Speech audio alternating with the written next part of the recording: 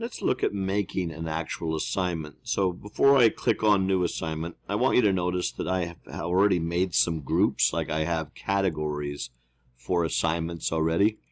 This could just be called the assignment list, and they could all be there.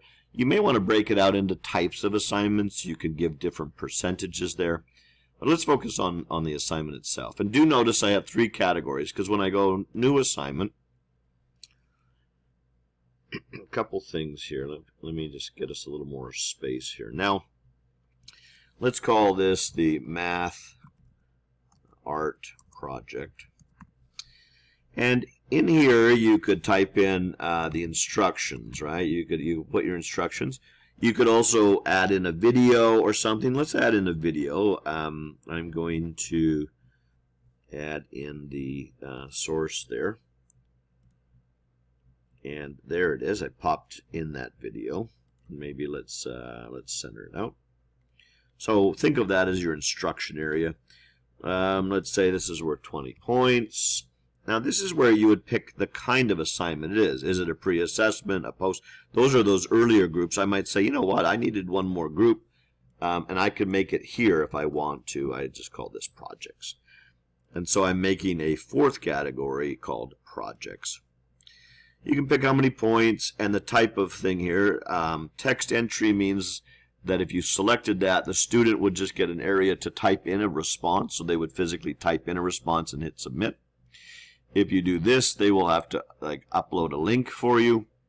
If you do this, they will be able to upload or add video and things like that.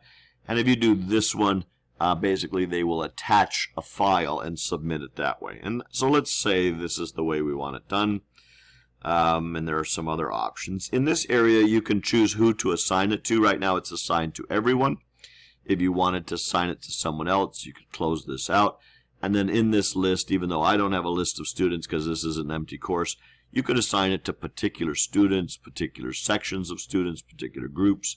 But I'm just going to pick to everyone. You can control a due date. That just simply marks when it tells them when they're late, if they go past that time. And you can open it and close it in any window of time. But anyways, let's say OK. Now what I want you to notice, so here it gives me a picture of that. There's the instructions, the video that I had, and just it's going to everybody, its points and so on. I could edit again, but let's go back to the assignments and see what happened. That assignment was created. Here it is right here. Let me just bring my window back in. That assignment was created. It put it under the new category of projects. Here's how much it's worth and so on. And I can publish it and make it live. Now that's just sitting in my list here. I then could go out, if I wanted to, I could go out to the modules and say, I would like to put that in one of my modules. So let me just go down to a module here.